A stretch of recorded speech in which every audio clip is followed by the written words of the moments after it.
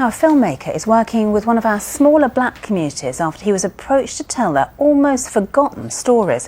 When the first waves of immigrants arrived from the Caribbean in the 50s and 60s, they didn't settle evenly across the country. Some cities develop communities which have flourished. In Birmingham, for instance, 4.9% of the population is now Afro-Caribbean. But just a few dozen miles north in Stoke-on-Trent, the figure's 0.26%. That's just 1 in every 400 people. Liz Copper reports now on plans for a film about North Staffordshire's Caribbean community. These are stories which have been undocumented. Memories of arriving in England in the late 50s and early 60s and eventually settling here in Stoke-on-Trent. It was an era of post-war austerity. These streets became home, a place to begin a new life. When I came to Stoke-on-Trent and people were very very open and wanted to know about you, I thought they were nosy, because in those days we used that word nosy. But it wasn't that, it was just that there was such a friendly set of people, and even coming here as a black person, you felt at home.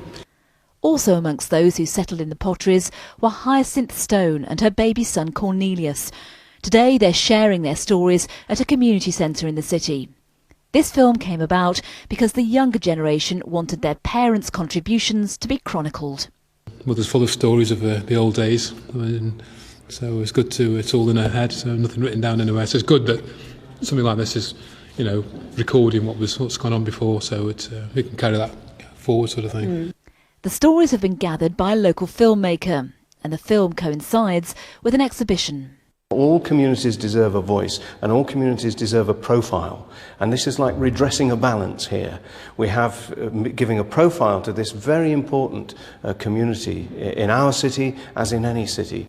This film will ensure a piece of Potteries history won't be forgotten. Liz Copper, BBC Midlands Today, Stoke-on-Trent.